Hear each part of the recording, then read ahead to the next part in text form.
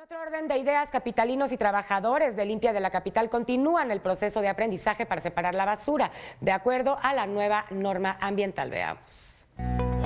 A casi 8 meses de que entrara en vigor la nueva reclasificación de basura en sus 4 categorías, aún Miguel continúa haciendo la tarea que deberían de hacer algunos capitalinos, y es que aunque hay quienes sí tienen la cultura de separación de residuos, otros siguen sin apegarse a las normas.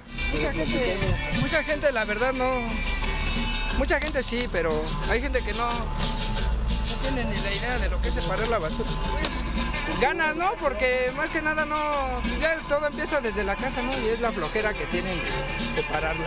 El trabajador de limpia del gobierno capitalino acomoda en el camión los desperdicios, al tiempo que algunas personas sí le entregan la basura separada como está establecido en la norma NADF-024, que establece 3 recipientes: inorgánicos reciclables, inorgánicos no reciclables y orgánicos. Ajá, antes no lo hacía, pero ya desde que nos avisaron que hay que separar la orgánica y la orgánica, lo separo, mira. Desde que pues llegué aquí, pues la empecé a separar, orgánica, inorgánica y así siempre la he tirado. Aunque es fin de semana y solo deberían llevarse los desechos orgánicos, los recolectores no rechazan a quienes les dan otro tipo de residuos. No, o sea, desde que empezó el calendario lo empezamos a hacer, pues sí se hacía, pero y luego los señores la echaban toda junta. Pero ya de un tiempo que ya fue, fuimos ordenando de bote por bote de orgánico y lo no orgánico.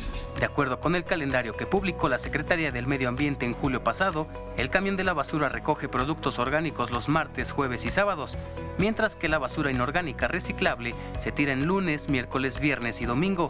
Basura inorgánica no reciclable se tira el lunes, miércoles, viernes y domingo. La catalogada como manejo especial o desechos voluminosos, el camión los recoge solo los domingos.